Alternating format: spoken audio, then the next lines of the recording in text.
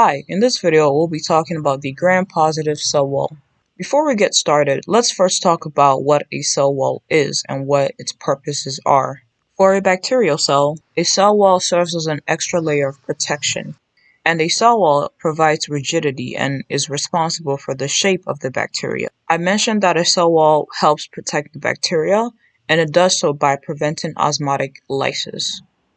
So what does that mean? Let's say we have a bacterial cell like this. Let's say this bacterial cell right here has a weak cell wall. What's going to happen is that water is going to rush into the cell and it'll build up to the point where the water pressure inside of the cell is going to be greater than the pressure outside of the cell.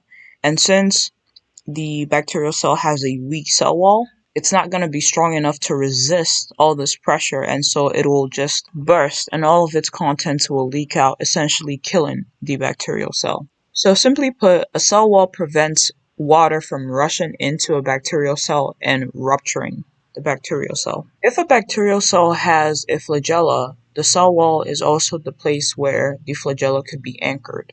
Now that we know the purposes of the cell wall, we can start to talk about the gram-positive cell wall specifically. In a previous video, I talked about how the gram-positive cell wall contains a lot of peptidoglycan, many layers of peptidoglycan, and this is true.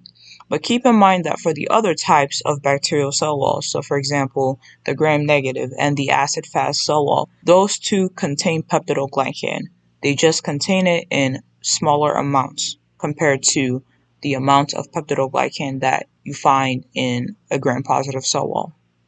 So now let's talk a little bit more about peptidoglycan. Peptidoglycan is a major component of a bacteria's cell wall. It consists of a repeating disaccharide attached by polypeptides. So what does this mean? In this diagram, we see NAG and NAM repeating. Individually, they're monosaccharides. Linked together, they are a disaccharide, and this is the disaccharide that's repeating in peptidoglycan. On the right-hand side of your screen, you can see the structural formula of NAG and NAM. And all this time, I've been saying NAG and NAM. And NAG and NAM are just a shorter way of saying the full name. So NAG is really N-acetylglucosamine, while NAM stands for N-acetylmuronic acid. NAG is a monosaccharide, NAM is a monosaccharide. They're linked together as a disaccharide, and this disaccharide is the repeating unit found in peptidoglycan. The alternating NAG and NAM units are what form the carbohydrate backbone, or the glycan portion of peptidoglycan.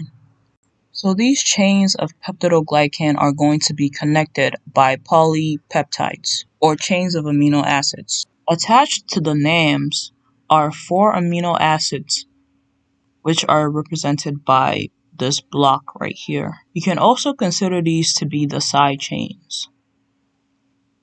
And then we have peptide cross bridges represented in blue that connect the side chains together.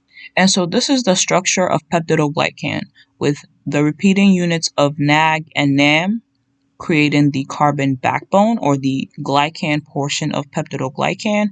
The peptido of peptidoglycan refers to how chains of glycan are connected by polypeptides, or chains of amino acids. The side chain connected to NAM is made up of 4 amino acids, and then the cross bridge that connects one side chain to another is also made up of amino acids.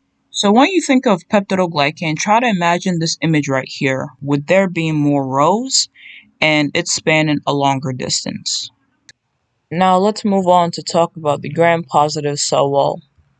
At the base here, we have the plasma membrane, or the cytoplasmic membrane, which is composed of phospholipids and proteins. And a phospholipid refers to the phosphate head and the lipid tail. And the proteins embedded in the plasma membrane can serve as channels, which allow molecules to move in and out of the cell, or they can serve as structural proteins, which provide structural support for the plasma membrane. You can also find proteins as peripheral membrane proteins, And these are proteins that are temporarily attached to the plasma membrane, and they can function as an enzyme or help transport small molecules. And so these are some of the proteins that can be found in or around the plasma membrane. This little space between the plasma membrane and the layer of peptidoglycan is considered the periplasmic space.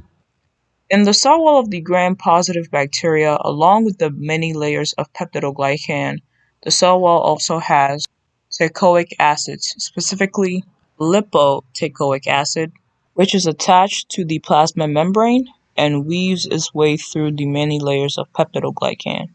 And we also have the well-teichoic acids, which weave through the peptidoglycan layer only. They are not attached to the plasma membrane. And these play a role in determining the shape of a bacterial cell and regulating cell division. Together, these teichoic acids provide flexibility to the cell wall and provide the bacteria antibiotic resistance.